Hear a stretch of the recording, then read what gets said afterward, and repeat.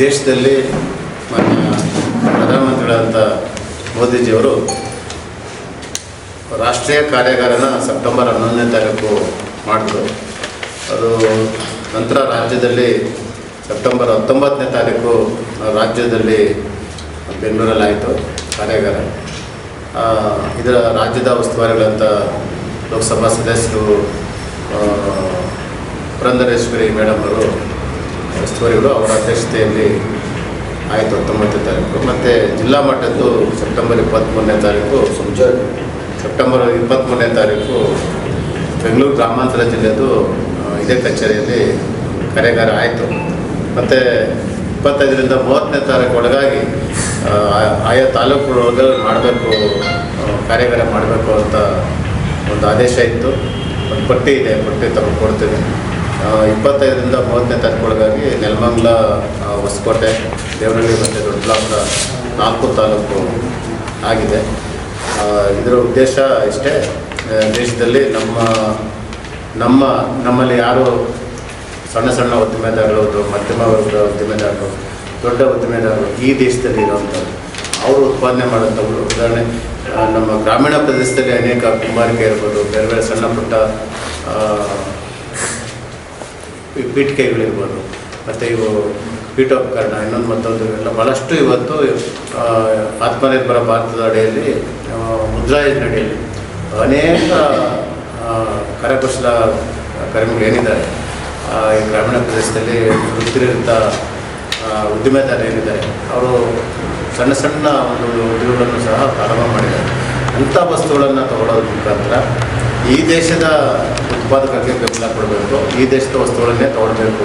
ನಾವು ದಿನನಿತ್ಯ ಉಪಯೋಗಿಸೋವಂಥದ್ದು ಏನು ಆಹಾರ ಇರ್ಬೋದು, ಮನೆ ಪೀಠೋಪಕರಣ ಇರ್ಬೋದು, ಅಥವಾ ರೈತರು ಉಪಯೋಗಿಸುವಂಥ ಸಲಕರಣೆಗಳು, ರೈತರೇನು ವ್ಯವಸಾಯಕ್ಕೆ ಉಪಯೋಗಿಸುವಂಥ ಅನೇಕ ಸಲಕರಣೆಗಳು ಇವತ್ತಿದೆ. ಅದನ್ನೆಲ್ಲ ಈ ದೇಶದಲ್ಲಿ ಉತ್ಪಾದನೆ ಮಾಡುವಂಥ ವಸ್ತುಗಳನ್ನೇ ತಗೊಳ್ಬೇಕು. ಆ ಮುಖಾಂತರ ಇಲ್ಲಿನ ಉದ್ಯಮದಾರರಿಗೆ ನಾವೆಲ್ಲ ಬೆಂಬಲ ಕೊಟ್ಟಂಗಾಗುತ್ತೆ. ಹೊರದೇಶದಲ್ಲಿ ಬರುವಂಥದ್ದು ಯಾವುದೇ ಆಗಲಿ ನಾವು ಆದಷ್ಟು ಕಂಟ್ರೋಲ್ ಮಾಡಬೇಕು ಅನ್ನೋ ದೃಷ್ಟಿಯಿಂದ ಇದು ಮಾಡೋದ್ರಿಂದ ಇಲ್ಲಿನ ಉದ್ಯಮೆದಾರರಿಗೆ ಆರ್ಥಿಕವಾಗಿ ಸಹಾಯ ಆಗುತ್ತೆ. ಅವರ ಆರ್ಥಿಕವಾಗಿ ಮೇಲೆ ಬಂದರೆ ದೇಶನೂ ಆರ್ಥಿಕವಾಗಿ 2042 ಹೊತ್ತಿಗೆ ಪ್ರಪಂಚದ 1 ಅಥವಾ 2ನೇ ಸ್ಥಾನಕ್ಕೆ ನಾವು ಆರ್ಥಿಕವಾಗಿ ಬಹುದೊಡ್ಡ ರಾಷ್ಟ್ರ ಆಗುತ್ತೆ ಅನ್ನೋ ಒಂದು ಸಂಕಲ್ಪ ಇಟ್ಕೊಂಡು, ಒಂದು ಮುಂದಾಲೋಚನೆ ಇಟ್ಕೊಂಡು ಮೋದಿಜಿಯವರು ಒಂದು ಕಾರ್ಯಕ್ರಮಕ್ಕೆ ಚಾಲನೆ ಕೊಟ್ಟಿದ್ದಾರೆ. ಅದಂತೆ ನಾವು ಗ್ರಾಮ ಮಟ್ಟಕ್ಕೆ ತೊಗೊಂಡೋಗುವಂಥ ಕೆಲಸ ಇವತ್ತು ಈ ರೀತಿ ಮಾಡಬೇಕು ಮತ್ತು ಎಲ್ಲರೂ ಮಾಡಬೇಕು ಅಂತ ಹೇಳಿದ್ದಾರೆ. ಅದನ್ನು ಜಿಲ್ಲಾ ಅಧ್ಯಕ್ಷರು, ಜಿಲ್ಲಾ ಪ್ರಧಾನ ಅಧ್ಯಕ್ಷರುಗಳು ಮತ್ತು ಮಂಡಲ ಅಧ್ಯಕ್ಷರುಗಳು ಅವ್ರ ಜೊತೆ ಸೇರಿಕೊಂಡು ಎಲ್ಲ SC ST, ರೈತ ಮೋರ್ಚಾ, ಯುವ ಮೋರ್ಚಾ, ಮಹಿಳಾ ಘಟಕ ಮತ್ತು ಇತರೆ ಕಾರ್ಮಿಕ ಘಟಕಗಳಿರ್ಬೋದು, ವೈದ್ಯ ಘಟಕ ಇರ್ಬೋದು, ಎಲ್ಲರನ್ನೂ ಒಳಗೊಂಡಂತೆ ಇದನ್ನು ಜನಜಾಗೃತಿ ಮೂಡಿಸೋ ಕೆಲಸ ಮಾಡಬೇಕು. ಆತ್ಮನಿರ್ಭರ ಭಾರತ ಇದೊಂದು ನರೇಂದ್ರ ಮೋದಿಯವರ ಕಲ್ಪನೆ. ಯಾರು ದೀನ್ ದಯಾಳ್ ಉಪಾಧ್ಯಾಯರು ಕಂಡಂಥ ಕನಸನ್ನು ನನಸು ಮಾಡಬೇಕು. ದೀನ್ ದಯಾಳ್ ಉಪಾಧ್ಯಾಯರು ಒಂದು ಈ ದೇಶದ ಕಡೆ ಒಬ್ಬ ಮನುಷ್ಯ, ಸಾಮಾನ್ಯ ಮನುಷ್ಯನು ನೆಮ್ಮದಿಯಿಂದ ಬದುಕಬೇಕು, ನೆಮ್ಮದಿಯಿಂದ ಜೀವನ ಮಾಡಬೇಕು ಅಂತ ಕನಸು ಕಂಡಂಥ ಮಹಾನ್ ಚೇತನರು. ಅವರ ಒಂದು ಆಸೆ ಆಕಾಂಕ್ಷೆಗಳನ್ನು ಮನದಲ್ಲಿಟ್ಕೊಂಡು ನಮ್ಮ ದೇಶದ ನೆಚ್ಚಿನ ಪ್ರಧಾನಿ ನರೇಂದ್ರ ಮೋದಿಯವರು ಅಧಿಕಾರಕ್ಕೆ ಬಂದಾಗಿಂದ ಸುಮಾರು 11 ವರ್ಷಗಳಿಂದ ಈ ಆತ್ಮನಿರ್ಭರ ಭಾರತದ ಒಂದು ಕಾರ್ಯಕ್ರಮಗಳನ್ನು ಮಾಡ್ತಾ ಬಂದಿದ್ದಾರೆ. ಸೇವಾ ಪಾಕ್ಷಿಕ ಕಾರ್ಯಕ್ರಮ ಒಂದು ಶುರು ಮಾಡಿದ್ರು. ನಾವು ಗಾಂಧಿ ಜಯಂತಿಯಲ್ಲಿ ಸ್ವಚ್ಛ ಭಾರತ ಅಭಿಯಾನದಲ್ಲಿ ನರೇಂದ್ರ ಮೋದಿ ಪ್ರಪ್ರಥಮ ಸ್ಟಾರ್ಟ್ ಮಾಡಿದ್ರು. ಅದು ಸೆಪ್ಟೆಂಬರ್ 17ರಿಂದ ಅಕ್ಟೋಬರ್ 2 ಗಾಂಧಿ ಜಯಂತಿವರೆಗೆ ಸತತ 15 ದಿನಗಳ ಕಾಲ ಸೇವಾ ಪಾಕ್ಷಿಕ ಕಾರ್ಯಕ್ರಮಗಳನ್ನು ಮಾಡ್ಕೊಂಡು ಬಂದಿದ್ದೀವಿ.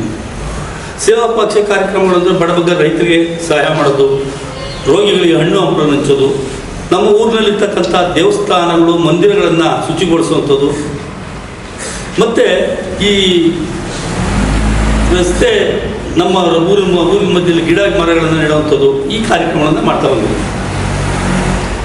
ಈ ಸಾರಿ ಮುಂದುವರೆದು ಪ್ರತಿ ವರ್ಷದಂತೆ ಈ ಸರಿ 3 ತಿಂಗಳ ಕಾಲ ಆತ್ಮನಿರ್ಭರ ಭಾರತದ ಅಡಿಯಲ್ಲಿ ಹಲವಾರು ಕಾರ್ಯಕ್ರಮಗಳನ್ನು ಮಾಡ್ತಾ ಬಂದಿದ್ದೀವಿ.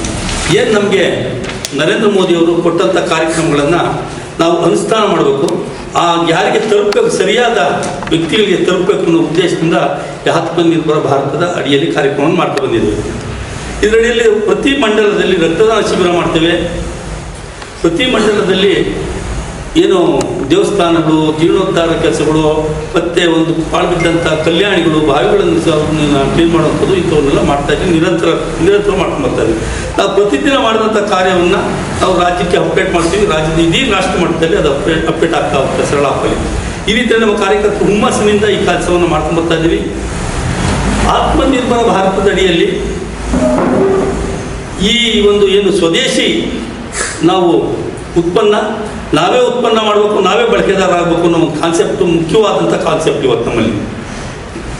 Make in India, made in India ಅಂತ ತಾವು ಮೋದಿಯವರು ಸ್ಟಾರ್ಟ್ ಮಾಡಿದಾಗ ಹಲವಾರು ಜನ ನಮ್ಮನ್ನು ಹೀಯಾಡಿಸ್ತಾ ಇದ್ರು, ನೋಡ್ತಾ ಇದ್ವಿ. ಇದೇ ಹಣಕಾಸು ಮಂತ್ರಿ ಆಗಿದ್ದ ಚಿದಂಬರಮು ನಮ್ಮ ನೆಟ್ವರ್ಕನ್ನು ಕೊಟ್ಟಾಗ ಹಳ್ಳಿಗಳಲ್ಲಿ ನೆಟ್ವರ್ಕ್ ಸಿಗದ ಇದನ್ನು ಡಿಜಿಟಲೀಕರಣ ಮಾಡಿಕೊಟ್ಟವ್ರೆ ಅಂತ ನಮ್ಮನ್ನು ಹೀಯಾಡಿಸ್ತಾ ಇದ್ರು. ಇವತ್ತು ಅವರ ಬಾಯಿ ಮೇಲೆ ಬೆಳ್ಳಿಕೊಳ್ಳೋ ಥರದಲ್ಲಿ ನಮ್ಮ ದೇಶ ಅಭಿವೃದ್ಧಿ ಆಗಿದೆ. ಯಾವುದನ್ನು ಮಾಡೋಕ್ಕಾಗಲ್ಲ ಅಂತ ಕಾಂಗ್ರೆಸ್ನವ್ರು ಹೇಳ್ತಾ ಇದ್ರು, ಅದನ್ನು ಮಾಡಿ ತೋರಿಸಿದ್ದೀವಿ ನಾವು ಇವತ್ತು. ಅದು ಸಾಧ್ಯ ಕೂಡ ಆಗಿದೆ.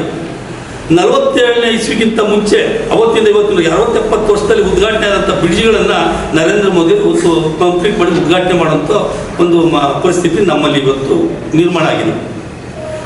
ಇವತ್ತು ಯಾವುದೇ ಕಾರ್ಯಕ್ರಮವನ್ನು ಗುದ್ಲಿ ಪೂಜೆ ಮಾಡಿ ಅಥವಾ ಒಂದು ಕಲ್ಲನ್ನು ಹಾಕಿ ಒಂದು ಟೈಮ್ ಫ್ರೇಮ್ ಮಾಡ್ತಾರೆ. ಆ ಟೈಮ್ ಫ್ರೇಮ್ ಒಳಗಡೆ ಕೆಲಸವನ್ನು ಮಾಡಿ ಮುಗಿಸುವಂಥ ಚಾಕಚಕ್ಯತೆ ನಮ್ಮ ನರೇಂದ್ರ ಮೋದಿ ಅವ್ರದ್ದು ಇವತ್ತು. ಅದೇ ರೀತಿಯಲ್ಲಿ ಇವತ್ತು ಆತ್ಮನಿರ್ಭರ ಭಾರತದಡಿಯಲ್ಲಿ ನಮ್ಮ ದೇಶದಲ್ಲಿ ಇವತ್ತು ಹಲವಾರು ಗುಡಿ ಕೈಗಾರಿಕೆಗಳು ನಶಿಸಿ ಹೋಗ್ತವೆ. ನಮ್ಮಲ್ಲಿ ಕಬ್ಬಿಣದ ಅದಿರನ್ನು ತೆಗಿದ್ವಿ, ಚೈನಾ ಕಳಿಸ್ತೀವಿ, ಅಲ್ಲಿಂದ ಕಬ್ಬಿಣವನ್ನು ತಗೊಳ್ತಾ ಇದ್ದವು. ನಮ್ಮ ಪರಿಸ್ಥಿತಿ ಆ ಪರಿಸ್ಥಿತಿ ಆಗಿತ್ತು. ನಮ್ಮ ಸುತ್ತಮುತ್ತ ರೈತರು ರೇಷ್ಮೆಯನ್ನು ಬೆಳೀತಾ ಇದ್ದೋ, ರೇಷ್ಮೆ 300 ಇಲ್ಲಿ ರಾಮನಗರ, ಕೋಲಾರ ಇಲ್ಲೆಲ್ಲ ಬಿಚ್ತಾ ಇದ್ದು, ವೀವಿಂಗ್ ಅಂಡ್ ಇದೆಲ್ಲ ಇದು ಯೂನಿಟ್ಗಳನ್ನಿದ್ದು. ಆ ನೂಲನ್ನು ಚೈನಾ ಕಳಿಸಿ ಚೈನಾದಿಂದ ಮತ್ತೆ ವಾಪಸ್ ನಾವು ತಗೊಳ್ತಾ ಇದ್ದವು, ಚೈನಾ ಸಿಲ್ಕ್ ಅಂತ ಹೇಳಿ. ನಾವು ಚೈನಾದವರನ್ನು ನಾವು ಕೊಡ್ತಾ ಇದ್ದೀವಿ. ಅದು ನಮ್ಮ ದೇಶನ ಬೇರೆ ಬೇರೆ ದೇಶನ ಮಾರ್ಕೆಟಿಂಗ್, ದೊಡ್ಡ ಮಾರ್ಕೆಟಿಂಗು ನಮ್ಮ ಇಂಡಿಯನ್ ಚೈನಾದವ್ರಿಗೆ. ನಮ್ಮಂತಲೇ ಏನು ಮೆಟೀರಿಯಲ್ ತೊಗೊಂಡು ಅವರದನ್ನು ತಯಾರು ಮಾಡಿ ನಮಗೆ ಕೊಡುವಂಥ ಪರಿಸ್ಥಿತಿ ನಮ್ಮಲ್ಲಿತ್ತು. ಇವತ್ತು ಆ ಪರಿಸ್ಥಿತಿ ಇಲ್ಲ. ಒಂದು ಸಣ್ಣ ಬೃಹತ್ ದೀಪಾವಳಿ ಇದೆ. ದೀಪಾವಳಿ ಹಬ್ಬಕ್ಕೆ ನಾವು ಒಂದು ದೀಪವನ್ನು, ಮಣ್ಣಿನ ದೀಪ ಅಥವಾ ಎಣ್ಣೆ ದೀಪತ್ತಿಯನ್ನು ಹಾಕಿ ದೀಪ ಹಚ್ಚುವಂಥ ಪರಿಸ್ಥಿತಿ. ಇವತ್ತು ಚೈನಾದಲ್ಲಿ ಮಾಡ್ತಾರೆ, ಯಾವುದೋ ಕಲರ್ ಡಿಸೈನ್ ಮಾಡಿ ಅದಕ್ಕೊಂದಷ್ಟು ಬಣ್ಣ ಹೊಡೆದು ಅದಕ್ಕೊಂದಷ್ಟು ಬತ್ತಿ ಇಟ್ಟು ಒಂದು ಮೇಣವನ್ನು ಹಾಕಿ ಮಾತ್ರ 200-300 ರೂಪಾಯಿ ತಗೊಳ್ತಾರೆ. ಇದು ನಾವೆಲ್ಲ ಒಂದು ಕಡೆ ಆರ್ಥಿಕವಾಗಿ ಬೇರೆಯವ್ರನ್ನ ಸಬಲೀಕರಣ ಮಾಡ್ತಾ ಇದ್ದೀವಿ. ಅದಾಗಬಾರ್ದು. ನಮ್ಮ ದೇಶದಲ್ಲಿ ನಮ್ಮ ಊರಿನಲ್ಲೇ ಮಾಡಿದಂಥ ಕುಂಬಾರಕ್ಕೆ ಒಂದು ದೀಪವನ್ನು ತೊಗೊಳ್ಬೇಕು. ಆ ಎಣ್ಣೆ ನಮ್ಮೂರಲ್ಲೇ ತಯಾರತಕ್ಕಂಥ ಗಾಣದ ಎಣ್ಣೆ ಅಥವಾ ಇನ್ನೊಂದು ಎಣ್ಣೆ ನಮ್ಮಲ್ಲೇ ತಯಾರಂಥ ದೀಪದ ಎಣ್ಣೆ ತೊಗೊಬೇಕು. ನಾವೇ ಮಾಡಿದಂಥ ಹತ್ತಿಯಿಂದ ಬತ್ತಿಯನ್ನು ಹಾಕಿ ದೀಪವನ್ನು ಹಚ್ಚಬೇಕು ಅನ್ನೋ ಮನಸ್ಥಿತಿ ನಮ್ಮದು. ಆಗ ಅದರಿಂದ ನಮ್ಮ ರೈತರಿಗೂ ಅನುಕೂಲ ಆಗ್ತದೆ, ಗ್ರಾಹಕರಿಗೂ ಮಾರುವಂಥವ್ರಿಗೂ ಆಗ್ತದೆ, ತಗೊಳ್ಳೋಂಥ ನಮಗೂ ಅನುಕೂಲ ಆಗ್ತದೆ. ನಮ್ಮಲ್ಲಿ ರೇಷ್ಮೆ ಸೀರೆ, ನಮ್ಮ ದೊಡ್ಡಬಳ್ಳಾಪುರ ರೇಷ್ಮೆ ಸೀರೆ ನೇಯೋದ್ರಲ್ಲಿ ಅತಿ ಹೆಚ್ಚಿನ ಪ್ರಾಮುಖ್ಯತೆ ಕೊಟ್ಟು ನೇಯ್ತಾರೆ.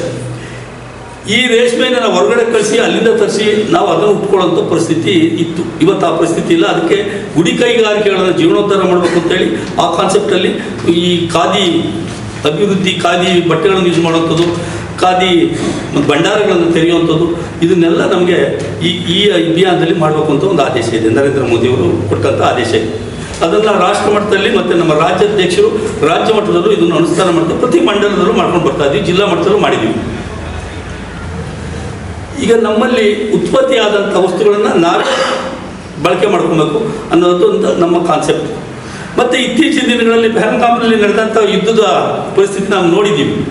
ಇಡೀ ನಮ್ಮ ಬೆಂಗಳೂರಲ್ಲೇ ತಯಾರಿದಂಥ ಇವತ್ತು ಏನು ವೆಪನ್ಗಳಿದೆ, DNA ಮತ್ತು NDA ಅವೆಲ್ಲ ಇದಾವಲ್ಲ, ಈ ಅಲ್ಲಿ ತಯಾರಂಥ ಒಂದು ವೆಪನ್ಗಳು ಇಡೀ ದೇಶವನ್ನು ಬೆಂಬಲಗಾಗಿ ನೋಡುವಂತೆ ಮಾಡಿದಂಥ ಒಂದು ವೆಪನ್ಗಳನ್ನು ನಮ್ಮ ಬೆಂಗಳೂರಲ್ಲಿ ದೇವನಹಳ್ಳಿಯಲ್ಲೂ ಒಂದು ಯೂನಿಟ್ ಇದೆ. ಅವರು ತಯಾರು ಮಾಡಿದಂಥ ಯೂನಿಟನ್ನು ಬಳಸ್ಕೊಂಡು ನಾವು ಇವತ್ತು ಇಡೀ ದೇಶದ ಆರ್ಥಿಕವಾಗಿ, ದೇಶದ ಭದ್ರತೆಗಾಗಿ ಬಳಸಿದ್ದೀವಿ.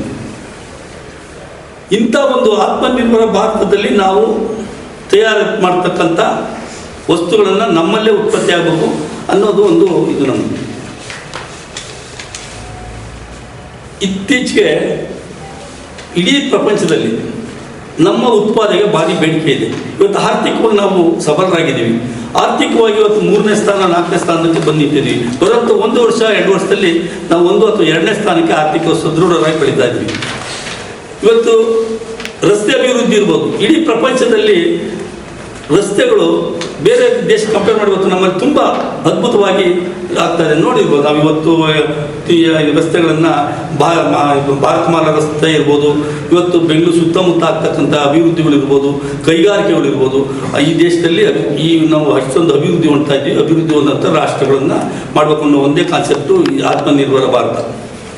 ಇದರಡಿಯಲ್ಲಿ ಹಲವಾರು ಕಾರ್ಯಕ್ರಮವನ್ನು ನರೇಂದ್ರ ಮೋದಿ ಕೊಟ್ಟಿದ್ದಾರೆ. ಅದನ್ನು ಅನುಷ್ಠಾನ ಮಾಡುವಂಥದ್ದು ನಮ್ಮ ಭಾರತೀಯ ಜನತಾ ಪಕ್ಷದ ಕಾರ್ಯಕರ್ತರಾಗಿ ನಾವು ಮಾಡ್ಕೊಂಡು ಹೋಗ್ತಾ ಇದ್ದೀವಿ. ಇದು ಆತ್ಮನಿರ್ಭರದ ಒಂದು ಕಾನ್ಸೆಪ್ಟ್. ಯಾವುದು ದೀನ್ ದಯಾಳ್ ಉಪಾಧ್ಯಾಯರ ಜನ್ಮ ಜಯಂತಿಯಿಂದ ಹಿಡಿದು ವಾಜಪೇಯಿ ನಮ್ಮ ದೇಶದ ನೆಚ್ಚಿನ ಒಂದು ಪ್ರಧಾನಿಯಾಗಿ ಕೆಲಸ ಮಾಡಿದಂಥವ್ರು ಏನು ಈ ದೇಶದ ಕಲ್ಪನೆಯನ್ನು ಇಟ್ಕೊಂಡು ನಮ್ಮ ದೇಶ ಹೇಗಿರಬೇಕು ಅನ್ನೋದೊಂದು ವಿಷನ್ ಇಟ್ಕೊಂಡು ಇಡೀ ಗ್ರಾಮ ಸಡಕ್ ಯೋಜನೆಯನ್ನು ದೇಶಕ್ಕೆ ಕೊಟ್ಟಂಥ ಒಂದು ಮಹಾನ್ ವ್ಯಕ್ತಿ. ಮತ್ತು ನದಿಗಳನ್ನು ಜೋಡಿಸುವಂಥ ಒಂದು ಕಾನ್ಸೆಪ್ಟು.